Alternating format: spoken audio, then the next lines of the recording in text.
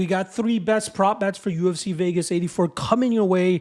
Just a quick plug if you're looking for breakdowns for LFA 174, which goes down tonight. Check out the Patreon page for the MMA Lock of the Night.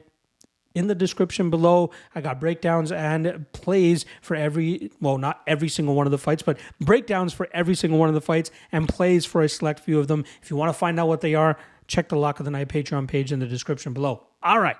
Let's get into the 3 best prop bets for this weekend's UFC card. First of which is going to be Joshua Van to win via decision.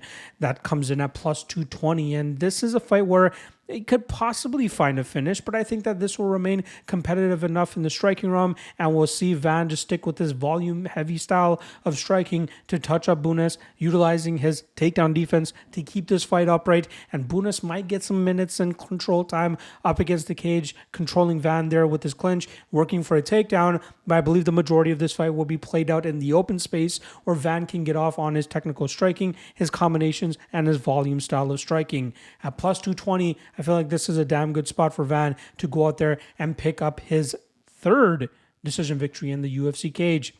Second best prop bet that I got for you guys is going to be a little bit, hesitant, but there's a good price tag for it too. Plus 300 on Waldo Cortez Acosta to win by decision. Now he's going up against Andrei Arlovski, and both of these guys usually go the distance. The first 3 fights in Cortez Acosta's UFC career, or first 4 fights, I should say, all went to a decision. He won 3 of them. He came back with a mean streak last time around against Lucas Tresky, where he finished him in the first round.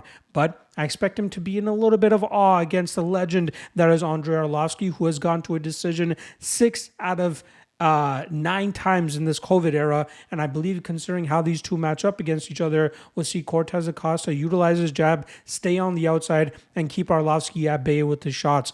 I think Arlovski's footwork and ability to stay safe at distance will allow him to stay alive for the majority of this matchup, which will allow Cortez Acosta to get off on his work and put together a volume-heavy approach as he normally does to win this fight on the scorecards. Once again, that's Cortez Acosta by decision at plus 300. And what do you know? I got a 3rd best prop bet for you guys that I also believe is going to go to a decision, and that's Ricky Simón plus 140 to win by decision against Mario Bautista.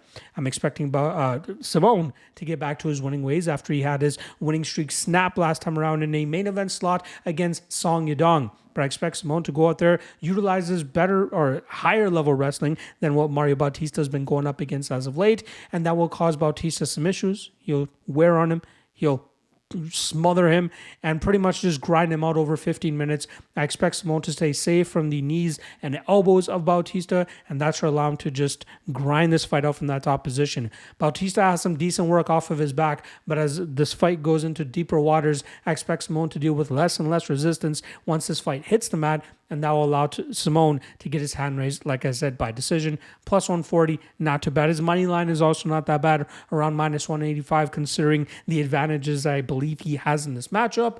But if you want to get a little spicy, get that plus money. Decision is probably the best way to take it. All right, got a long shot for you guys here, and it is a bit of a long shot coming in at plus 650. We got Gaston Bolaños to win by decision. All 4 decisions that I got for you guys here, but I'm expecting it to be a long card this weekend. Bolaños by decision, like I said, plus 650. I think he's the better technical striker here compared to Marcus McGee. Now, there is the opportunity that Bolaños could knock out McGee if McGee overextends a little bit too much on some of his power punches and Bolaños lands a perfect counter. But I expect the majority of this fight to be Bolaños being the more technical and disciplined fighter, touching up McGee as McGee gets a little bit too overzealous in a lot of his exchanges and crashing the pocket with his big power. I'm surprised that Bolaños is the underdog to begin with, and it seems like a lot of public love is coming in on Bolaños, as I got him at plus 245 earlier this week. Now he sits around plus 185. A ton of love coming in on him, but let's get a little bit cheekier here. Let's get a little bit juicier here. Take him to win by decision at plus 650, and hopefully we can kick off the year with a solid long shot prop. There you guys go. 3 best prop bets, a long shot, a ton of other free content that I drop for you guys throughout the week. Reminder, if you want LFA breakdowns, check out the Patreon page. Link for that is in the description below. Otherwise, I will see you guys after the fights on Saturday, tomorrow, as I'll drop a immediate post-event recap and just give you guys my thoughts on how the event went down. And then I'll see you guys again, once again, on Monday for the UFC 297 MMA Lockcast full card breakdown. A ton of great content coming your way, folks. Appreciate you guys. Love you guys. Drop a like and subscribe if you haven't already. Otherwise, I'll see you guys, like I said, tomorrow evening. Peace.